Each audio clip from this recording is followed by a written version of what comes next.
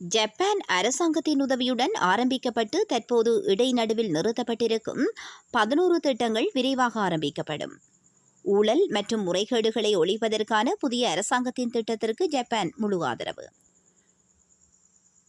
கௌரவ ஜனாதிபதி அனுரகுமார திசாநாயக்கா தலைமையிலான அரசாங்கத்தின் முதன்மை பணியாக கருதப்படும் ஊழல் மற்றும் முறைகேடுகளை இல்லாது ஒழிக்கும் வேலை திட்டத்திற்கு ஜப்பான் அரசாங்கம் முழு ஒத்துழைப்பு வழங்குவதோடு இலங்கையுடன் தொடர்ந்தும் நெருக்கமாக செயல்பட தயாராக இருப்பதாகவும் இலங்கைக்கான ஜப்பானிய தூதுவர் மிசுகோசி கிகேடி தெரிவித்துள்ளார்.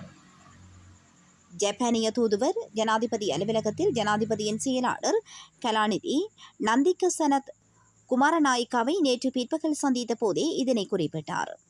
ஜப்பானிய அரசாங்கத்தின் உதவியுடன் ஆரம்பிக்கப்பட்டு தற்போது இடைநடுவில் நிறுத்தப்பட்டுள்ள 11 திட்டங்கள் உடனடியாக ஆரம்பிக்கப்படும் எனவும் ஜப்பான் தூதுவர் உறுதியளித்தார். அதன்படி கண்டி நகர நீர் முகாமைத்துவ திட்டம், பண்டாரநாயக்கா சர்வதேச விமான நிலைய அபிவிருத்தி திட்டம், 2ஆம் கட்டம் தொலைக்காட்சி ஒளிபரப்பை டிஜிட்டல் மயமாக்கல், தேசிய ஒலிபரப்பு மற்றும் விநியோக வலையமைப்பு அபிவிருத்தி திட்டம், அனுராதபுரம் வடக்கு நீர்த்திட்டத்தின் 2ஆம் கட்டம், கிராம உட்கட்டமைப்பு மேம்பாட்டு திட்டம், களுகங்கை நீர்வளங்கள் திட்டம், சுகாதார மற்றும் மருத்துவ சேவைகள் மேம்பாட்டு திட்டம் ஆகியன விரைவில் மீள ஆரம்பிக்கப்பட உள்ளன.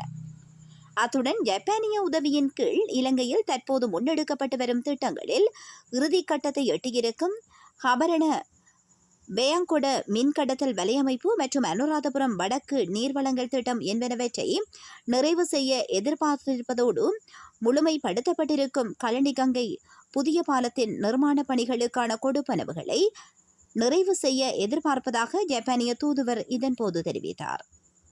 இந்த நிகழ்வில் இலங்கைக்கான ஜப்பான் தூதரகத்தின் பிரதி தலைவர் நயோகி கமோடிசா மற்றும் ஜனாதிபதியின் சிரேஷ்ட மேலதிக செயலாளர் ரொஷாண்ட் கமகே ஆகியோரும் கலந்து கொண்டனர்.